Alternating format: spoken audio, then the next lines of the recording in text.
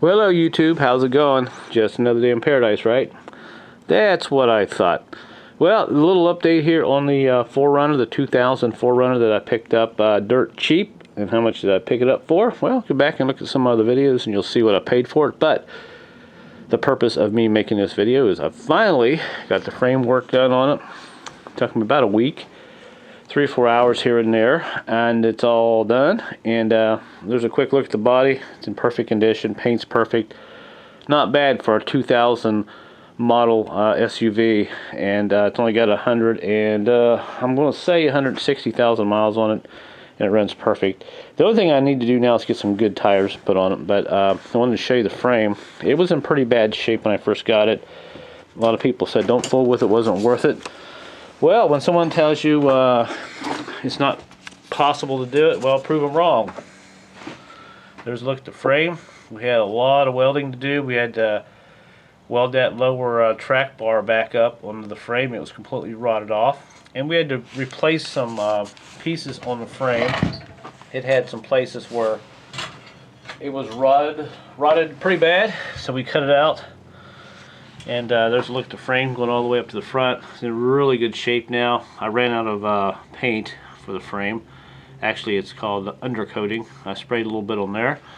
But man, what a difference. This thing is now going to be perfect for the highway. And I don't think you can see everything, but it was pretty bad. And on the underside here, I had to lower the gas tank, and we had to weld on that side over there, but you can't see it now, of course, but you can see we don't have no more big rut in places in the frame. It's nice and sturdy, and it's going to be a good runner.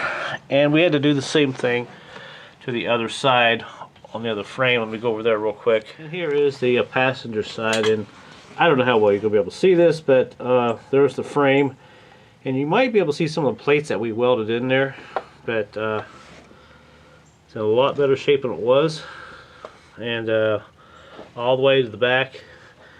And we actually had to weld a plate on the bottom, so now it's in pretty decent shape. And what we got to do now is go ahead and put the gas tank strap on. I have a gas tank strap that broke off, and I'm actually going to make one and put on it. But this is it's kind of dark on this side of the garage, but you can see the frame, how it's in a lot better shape than it was, so I'm pretty happy with that. Okay, and on some of these 4Runners, the back gas strap likes to rust and break off, and they want $30 for a new one. And let me just show you what I did. It didn't cost me much of anything. Here is the old gas strap that was on it, and you can see it's rusted, broken in half, and there's the other end. And this end here has a pin that goes through it, so there's the old one, and I had some metal, and I took a grinding cutting wheel, and check this out. Ta-da! There's my new one.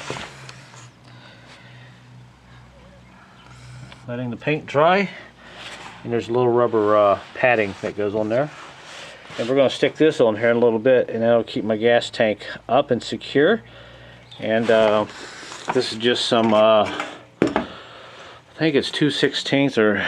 yeah, it's 2/16 thick metal. It's pretty thick metal, and you can bend it, and it's good for patching body panels too sometimes. But this works out great because this strap here is bendable a little bit, and this one here was kind of not as thick. This one here is a lot thicker, so it's never going to break. And of course, it helps to have a welder. This is just a simple 110 welder that I've used for the last 4 or 5, well, 5 years or more. And I did all my framework with that. Used about 2.5 rolls of wire. And like I said, when you do stuff like this, it's really nice to have a small cheap welder. And there's a hole that I had to drill in there for the bolt that holds the strap on near the frame. So I'm pretty happy about that. That's going to look really good. Okay, kiddos, there is the gas strap on the tank, and you can see it looks really good. And you can see it goes all the way up to the top where that pin is there, where there's a little pin that goes through that rod, keeps it on. Not a bad fix, for free. Basically, they wanted $30 for the strap and 4 days to get here. I did it in an hour. Let's go to the other side. And there's the bottom of the tank, and as we come up you can see the strap bolts into the bracket, which is right there. And I got the angle bent just right, so it worked out really well. So that is done.